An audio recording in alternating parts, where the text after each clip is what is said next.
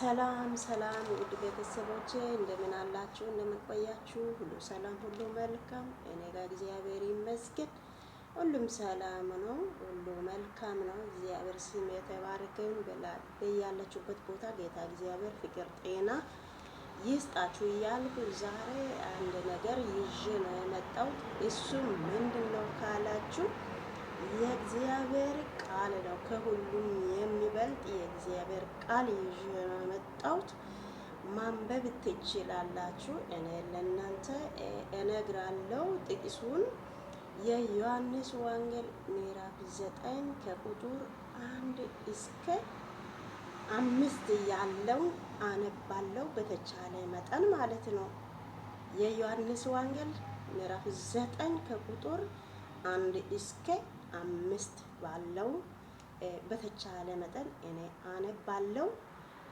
ከዛም አብስታችሁ ብዙ ማንበብ ትችላላችሁ። የእግዚአብሔር ቃል መቼም የእግዚአብሔር ቃል የሚጠላ ሰው አለ ብዬ አላምንም፣ አልገምትም፣ በግምት ውስጥም አላስገባም። ምክንያቱም ከሁሉም የሚበልጥ ቃል እንደሆነ እኛ በሱ ስር እንዳለ ስለምናቅ ማለት ነው። ከእግዚአብሔር ቃል ጋር የምንወዳደርበት ነገር ምንም እንደማይኖር እርግጠኛ ሆኜ ነው። በተቻለ መጠን ቃሉንም አነባለሁ። ያለው ነገር አብረን እናያለን። አሁንም ደጋግሜ ጥቅሱን እነግራለሁ። የዮሐንስ ወንጌል ምዕራፍ 9 ከቁጥር 1 እስከ 5 ባለው አነባለሁ በእግዚአብሔር ስም። እንዲህ ይላል። ሊያልፍ ከመወለዱ ጀምሮ እውር የሆነ ሰው አየ። ደቀ መዛሙርቱ መምህር ሆይ ይህ ሰው እውር ሆኖ እንዲወለድ ኃጢአት እየሰራ ማን ነው? እርሱ ወይስ ወላጅ ብሎ ጠየቁት። ኢየሱስ እንዲህ ብሎ መለሰ፣ የእግዚአብሔር ሥራ በእርሱ እንዲገለጥ ነው እንጂ እርሱ ወይ ወላጅ ኃጢአት አልሰሩም።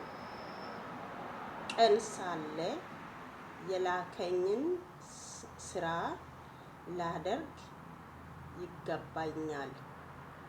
ማንም ሊሰራ የማይችልበት ሌሊት ትመጣለች። በዓለም ሳለው የዓለም ብርሃን ነኝ። በዓለም ሳለው የዓለም ብርሃን ነኝ። እግዚአብሔር አምላክ የራሱን የዓለም ብርሃን እንደሆነ የዓለም ብርሃን እንደሆነ እግዚአብሔር ቃል ይገልጸናል ማለት ነው። ሐዋርያቶቹ ደቀ መዛሙርቶቹ እግዚአብሔር እንዲህ ብሎ ጠየቁ፣ መምህር ሆይ ይሄ ልጅ እውር ሆኖ እንዲወለድ ኃጢአት የሰራ ማን ነው? እሱ ነው ወይስ ወላጆቹ ነው ብሎ ጠየቁ እግዚአብሔር። እግዚአብሔር ደግሞ እንዲህ ብሎ መለሰለት። እግዚአብሔር የራሱ ድንቅ ስራ ለማሳየት ወይስ እንዲነገር ስለፈለገ እንዲህ ያደርጓል እንጂ እሱ ወይስ ወላጅ እንዳይደል እግዚአብሔር ቃል ይነግረናል ማለት ነው። በተቻለ መጠን እኛ ብዙ ማንበብ እንችላለን የእግዚአብሔር ቃል ማለት ነው። መዝሙሮቹ እንዲህ አሉ፣ መምህር ሆይ ይህ ሰው እውር ሆኖ እንዲወለድ ኃጢአት የሰራ ማን ነው? ይሄ ሰው እውር ሆኖ እንዲወለድ ኃጢአት የሰራ ማን ነው? እግዚአብሔር ደግሞ ምን አለ? እውር ሆኖ እንዲወለድ ኃጢአት የሰራ ማን ነው ሲል እሱ ደግሞ እንዲህ አለ፣ እርሱ ወይስ ወላጅ ብሎ ጠየቁት። እግዚአብሔር ደግሞ ለነሱ እንዲህ አላቸው።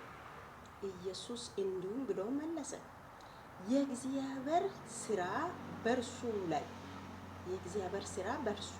ነው፣ በእርሱ ላይ እንዲገለጥ ነው። የእግዚአብሔር ስራ በእርሱ ላይ እንዲገለጥ ነው እንጂ እርሱም ወይ ወላጆቹ ኃጢአት አልሰሩም ብሎ እግዚአብሔር ለነሱ መለሰላቸው። እግዚአብሔር ለኛ የዓለም ብርሃን እንደሆነ ቃል ለኛ ብርሃን እንደሆነ በአጭሩ ማለት ነው። ቃል ለኛ ብርሃን የዓለም ብርሃን በምንም በማንም በላይ ብርሃን ማለት ምን ማለት ነው? የዓለም ብርሃን እንዲሆን እግዚአብሔር እየነገረ ነው፣ እያስተማረ ነው። እውነት እኛ ስንቶች ናቸው? ስንቶች ነን? በእውነት የዓለም ብርሃን ማለት ብርሃን ሳነካ አይኑ እያየ ነው፣ እውር አይደለንም፣ እያየን ነው። ግን እያየን በስንት ነገር ውስጥ ነው እኛ የምንገባው። የስንት ኃጢአት ውስጥ ነው እኛ የምንገባው። እያየን አይምሮ እየሰራ ነው፣ አይኑ እያየ ነው፣ እናውቃለን እያለን ጥሩ ቦታ እያለን መጥፎ ቦታ እየሄደን እያየን እንዳላየ ሰው ሆነን እንደ እውር ሆነን። እውሮች እኮ ኃጢአት አይሰሩም፣ ኃጢአት አይሰሩም። እነሱ አይምሯቸው በቃ ንጹህ ነው። አይኑ መጥፎ ነገርም ያያል፣ ጥሩ ነገርም ያያል። አሁን አይኑ የማይ ሰው ማለት ነው መጥፎ ነገርም አያይም፣ መጥፎ ነገርም አይቶ አይጨነቁም። እግዚአብሔር አምላክ የራሱ ስራውን እንዲገለጥ ነው ይህንን ሰውየው እውር ያደረገን። እግዚአብሔር ሁሉም ነገር እንደሚሰራ ለማስተማር ነው እንደዚህ ያደረገን። እግዚአብሔር ሁሉም የሚችል አምላክ ነው፣ ሁሉም የምታደርግ አምላክ ነው። ከሁሉም በላይ ለኛ ቃል የእግዚአብሔር ቃል እንደሚያስፈልግ እርግጠኛ ሆኖ እግዚአብሔር እኛን ያስተምረናል። ውዶች እኛ ከቃል ጋር ካለን ከብዙ ነገር እኛ እናመልጣለን፣ ከብዙ መጥፎ ነገሮች እናመልጣለን። እግዚአብሔር ከኛ ጋር ካለ እኛ ከእግዚአብሔር ጋር ካለን በብዙ መንገድ ከብዙ ነገር እኛ ከመጥፎ ነገር እናመልጣለን ማለት ነው። መምለጥ እንችላለን ማለት ነው። እግዚአብሔር ከኛ ጋር ካለ። እኛ ግን ከእግዚአብሔር ርቀን የምንኖር ከሆነ እኛ ብዙ ነገር እኛ ያጋጥመናል፣ ይደርሰናል።